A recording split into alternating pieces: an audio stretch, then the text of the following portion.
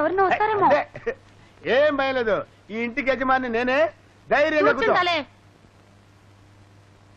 అవును, రేపు మన పెళ్ళైన తర్వాత నువ్వేం చేస్తావు? ఇల్లు చెత్త పెడతా. చెత్త పెడతావా? ఓహో, చక్క పెడతావా? మనకు డిఫెక్ట్ ఉంది కదా, కాపలకదు కదా. అవును, ఉదయం లేవగానే మధ్యాహ్నం వరకు ఏం చేస్తావు? నువ్వు వచ్చేదాకా అన్నం తింటుండా ఎదురు చూస్తాను. ఆహా, మహాపతివ్రత. ఓహో, మరి రాత్రిపూట ఏం చేస్తావు? గుర్రు పెట్టి నిద్రపోతాను. గుర్రు పెట్టి నిద్రపోతావా? అంతకంటే ఇంకేం చేయవా? మరేం చేయాలో చెప్పు. చెప్తా. కొత్తగా పెళ్ళైన దంపతులు మొట్టమొదట మసలుకోవటం కొంచెం కష్టంగా ఉంటుంది. అందుకని ప్రస్తుతానికి నువ్వు మొగుడు అనుకో, నేను పెళ్ళాను అనుకుంటా. సరే, కొన్ని కొత్త విషయాలు నేర్పుతా, నేర్చుకో. ఏమండి, అలసిపోయి వచ్చారా? ఒళ్ళంతా ఈ చెమటలేమిటండి? ఒళ్ళింత మెత్తగా ఉందేమిటి? ఇంటికి రాగానే ఇలా మీద పడతావే, పడతావేంటి? మొగుడిని పెళ్ళని తొడతోడదా? కొట్టొచ్చావు, మర్చిపోయాను. తొట్టొచ్చండి, ఎన్నిసార్లైనా తొట్టొచ్చు. అయ్యో, ఇదేమిటండి ఇలా చెమటలు పట్టేసింది?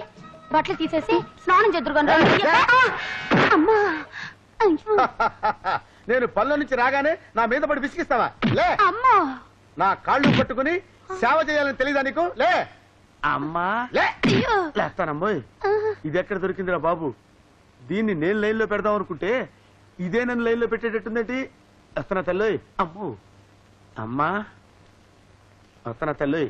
అమ్మా, నాయనోయ్. ఆహా, కృష్ణుడు సత్యభామని కాళ్ళు నొక్కటానికి ఎందుకు సెలెక్ట్ చేసుకున్నాడో ఇప్పుడు అర్థమైంది. ఆహా, ఎంత బాగుంది. ఓహో, అత్తడా అత్తడా ఎత్తడా ఎత్తడా. ఎప్పుడు మా యజమాని భార్య ఒక్కరోజు కూడా ఆయన కాళ్ళు ఎత్తుండదు. గబ్బు తంపు. వాడి పేరెత్తితేనే కంపు. గజ్జి కుక్క మొహం వాడును. వారానికి ఒక్కరోజు కూడా స్నానం చేసావుడు, దరిద్రుడు. మనకేంటి లలలా లలాలి లిలీలా లిలా లలీలా. గజ్జి కుక్కనా? నేను స్నానం చేయనా? నాకేంటని లలలా పాట పాడతావా నిన్ను? ఏడు నన్ను కొడితే మీ అమ్మాయికి పురుడు వచ్చిందో లేదో చచ్చినా చెప్పను. రేయ్, అక్కడికెక్కావా? నువ్వు దిగు. అబ్బా, ఉండండి. ఒరే ఒరే, చెప్పరా, అమ్మాయికి పురుడు వచ్చిందో లేదో చెప్పరా. అమ్మాయికి పురుడు వచ్చింది, ఆడపిల్ల పుట్టింది, తల్లి పిల్ల బాగున్నారు. అమ్మయ్యా, నేను తాతరైపోయినాయి. మీరు ఊరుకోండి. ఒరే, ఆ దరిద్రపు ముండకు కూడా పురుడు వచ్చిందా? వచ్చింది. బిడ్డ పుట్టేశాడా? పురిట్లోనే పోయాడు. నీ నోట్లో పంచదార పొయ్యా. మా నాయనే, ఎంత చల్లటి మాట చెప్పావురా. అదనమాట. అదే. అప్పుడేమో ఓరి నాయనో, ఉన్నట్టు నేర్చుకున్నావా? మీరు ఏడవండి. ఓరి దేవుడు, ఓరి దేవుడా, ఓరి దేవుడు. దేవుళ్ళంటి మనిషివి, చీమకు కూడా అన్యాయం చేయవే. అలాంటి నీకే ఇన్ని కష్టాలు రావాలన్నా నాయనా? యాత్రలో వెళ్ళిన ప్రతి గుళ్ళోనూ దేవుడికి నీ గురించే మొరబెట్టుకునేది బాబు. ఇదిగో అది తట్టుకోలేక ఎట్ట అయిపోయింది. నీ పెళ్ళం బిడ్డని కను కూడా తల్లి కాలేకపోయింది. ఆ యమ ధర్మరాజుకు నీ బిడ్డే కావాల్సి వచ్చిందా నాయనా? విధిని ఎదిరించడం ఎవరి తరమో కాదు. లోపలికెళ్ళి లలితనో బిడ్డనో చూడండి. పంచాయతీ ఆఫీసులో నాకు పనుంది, వెళ్ళొస్తాను. వెళ్ళిరా నాయనా, వెళ్ళిరా. ఈ పనుల ఒత్తిడిలోనే నువ్వు ఈ దుఃఖాన్ని మర్చిపోవాలి. అమ్మో అమ్మో, ఏమి యాక్టింగ్, ఏమి యాక్టింగే. 3 సార్లు ఊర్వశి అవార్డు కొట్టిన సినిమా యాక్టర్ యాక్టింగ్ కూడా నీ యాక్టింగ్ ముందు బలాదురు. ముందు నాకు అర్థం కాలేదు, అందుకే వెంటనే అందుకోలేకపోయా. అంతొద్దు గాని కొంచెం తగ్గించండి, దిష్టి తగులుద్ది. అమ్మో అమ్మో అమ్మో, ఇదేం పోయేగలవే? ఈ బిడ్డ నా మనవరాలేగా, దీనికి నువ్వు పాలిస్తున్నావేంటే? అది అది ఏమిటా? అది పుట్టగానే బిడ్డను పొట్టను పెట్టుకున్నావు. ఇప్పుడు దీన్ని కాటి పంపేదాకా వదలవా? నీ పాపిష్టి చేతులు నా మనవరాన్ని తాకడానికి వీల్లేదు. ఇవ్వు. ఎందుకు అక్క చేతుల పాపం లాక్కుంటున్నావు? అసలు ఇక్కడికి ఎందుకు వచ్చావు? అది కదే పిచ్చిమొద్దు. ఈవిడ గారు నీ బిడ్డకు పాలిస్తుంది. నీ కొంప మునిపోయిందని. కొంపలు కాల్చే కొరివే ఇది. ఇన్నేళ్లు గొడ్రాలుగా పడి ఉండి ఏదో ప్రసవించినట్టుగా ఉందా? పావులా తన బిడ్డను తానే మింగేసింది. ఇప్పుడు ఆ తాచుపాము కళ్ళు నీ బిడ్డ మీద పడ్డాయి. అది తాగించేది పాలు కాదు, విషం. నీ ఇష్టం వచ్చినట్టు మాట్లాడుకో. ఇంకొకసారి వాగేమంటే తల్లివని కూడా చూడను. లలిత, అవును, ఆవిడ నాకు దేవత. ఆవిడ ఎవరన్నా అంటే నేను సహించలేను. ఆవిడ విషం తాగించినా అది నా బిడ్డకు అమృతమే అవుతుంది. దయచేసి నువ్వు ఇక్కడి నుంచి బయటకు నడు. తెలుసా? తప్పమ్మా. అక్క నువ్వు ఊరుకో, నువ్వు బయటకు వెళ్ళమ్మా. నా కడుపున పుట్టి నన్నే బయటకు పొమ్మంటావా? అది దేవత, నేను దయ్యమా? వెళ్తాను. ఆ దిక్కుమాలని చేతిలో నీ బిడ్డను పెట్టు.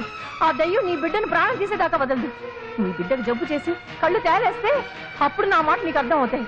నీ బిడ్డ చావు బతుకులో పడి ఏ మందు మాకు పని చేయక గుట్టుకోమంటే నీ నెత్తికెక్కిన కళ్ళు అప్పుడు కింద దిగుతాయి. ఇంకా ఎందుకే సిగ్గు లేకుండా పిచ్చి కుక్కల బాగుతావు? మన కూతురు చచ్చిందనుకుని కొంపకు పోయి స్నానం చేద్దాం పద. మీరు ఆగండి. ఆగితే నీ కూతురు మెడబెట్టుకుని బయటికి గంటేస్తున్నాయి. అక్కడ చూస్తూ నిలబడతావేంటి? పద. వదలండి, వదలమంటుంటే. అక్క పాపని తీసుకో. వద్దు, పాపని ముట్టుకోవడానికి కూడా నాకు భయంగా ఉంది. పాపని తీసుకుంటావా లేదా? వద్దమ్మా, ఈ పాపిష్టి చేతుల్లో పాపని పెట్టద్దు.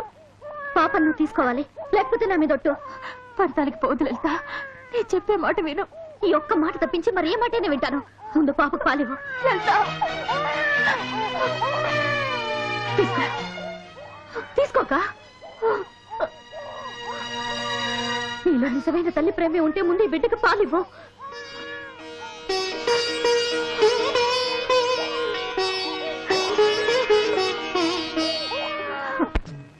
మన ఊరి పొలాల్లో సుమారు 4వ వంతు ఈ గట్ల క్రింద వృధాగా వదిలేస్తున్నాం.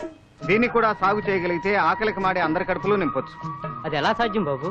పొలాల మధ్య సరిహద్దు గట్లు తీసేసి సమిష్టి వ్యవసాయం చేయగలిగితే అది సాధ్యం అవుతుంది. మరి ఫలసాయం బాబు? ఎవరిది ఎంత పొలమో ఆ వంతుల వారీగానే ఫలసాయం పంపకం జరుగుతుంది. ఈ సహకార వ్యవసాయంలో మిగతా గ్రామాలన్నింటికీ మనం ఆదర్శం కావాలి. ఏమండే, ఇక్కడ మీరు కోడిగుడ్లతో ఆడుకుంటూ కూర్చోండి. అక్కడ శేఖరం గారు మా పేనాలతో ఆడుకుంటున్నాడు. ఏ మొహం పెట్టుకుని ఇక్కడికి వచ్చావు? ఆ విషయం నేను అన్నానండి. నీ కూతురు పెళ్లి విషయంలో ఆయన అవమానించినవి ఏ మొహం పెట్టుకుని వెళ్తావని. నోరు మీరే అదవా.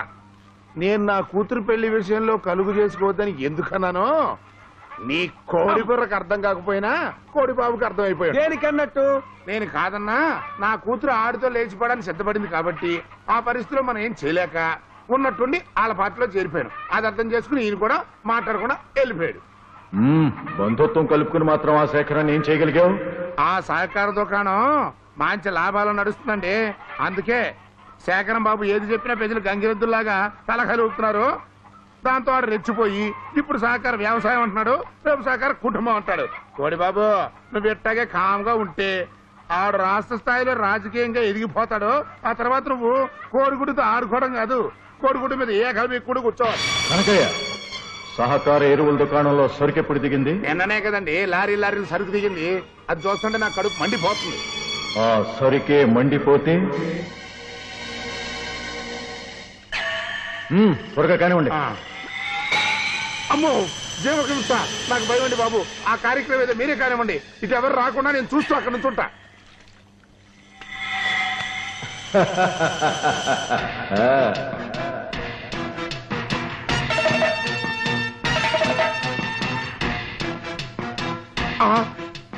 ఓరి నాయను, ఇంతమంది జనం వస్తారంటే ఈ దెబ్బతో కోడిగాడు ఖర్చు అయిపోయాడు. రే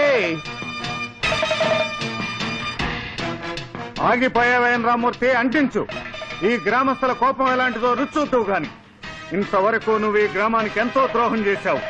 చివరకు అన్నమో రామచంద్ర అని అలమటించే ఈ పేదలు తమ డబ్బుతో తెచ్చుకున్న ఎరువుల్ని అగ్నికి ఆహుతి చేయడానికి సాహసిస్తావనుకోలేదు. ఇంకా వీడితో మాట్లాడేది ఏంటి బాబు? తలావ చేయి వేస్తే పచ్చడైపోతాడు. ఆగండి. అడ్డు చెప్పకు బాబు, ఇలాంటి వాళ్లను విడిచిపెట్టకూడదు. ఈ రామ్మూర్తిని కొట్టి చంపేస్తే ఇలాంటి మరో దుర్మార్గుడు తలెత్తకపోడు. మనం కళ్ళు మూసు కూర్చోకుండా ఇలాంటి కలుపు మొక్కల్ని ఓ కంట కనిపెడితే సరిపోతుంది బాబాయ్. కనిపెట్టడంతో సరిపోదు శేఖరం బాబు, ఇట్లాంటి చీర పురుగుల్ని మందు పెట్టి మరీ చంపేయాలి. కనకయ్య, ఇదిగో ఆ నోటితో నా పవిత్రమైన పేరు అనబాక. చూశారండి, నేను అతను ఏదో ప్రాణ స్నేహితులైనట్టు పెద్ద దబాయించేస్తాడు. ఇంకాసేపు అయితే ఈ దరిద్ర పాపంలో నాకు వాటా ఉందని చెప్పేస్తాడు. కనకయ్య, ఏ పాపంలో ఎవరికెంత భాగం ఉందో సమయం వచ్చినప్పుడు బయటపడుతుంది కనకయ్య. అవునవును. రామ్మూర్తి, ఇంత ఘోరం చేసిన నిన్ను పోలీసులకు అప్పగించవచ్చు. కానీ పోలీసులు ఇంతవరకు ఈ ఊళ్ళో అడుగు పెట్టలేదు. నీ కారణంగా పోలీసులు ఈ ఊరికి రావటం గ్రామ ప్రజలకు ఇష్టం లేదు. అందువల్ల ఈ గ్రామానికి ద్రోహం చేసిన నీకు గ్రామ బహిష్కరణ శిక్ష విధిస్తున్నాను. 24 గంటల్లోగా నువ్వు ఈ ఊరు విడిచిపెట్టి వెళ్ళిపోవాలి. ఇది గ్రామ పంచాయతీ నిర్ణయం. మంచి తీర్పు చెప్పాడు రా శాకరం బాబు. రండి.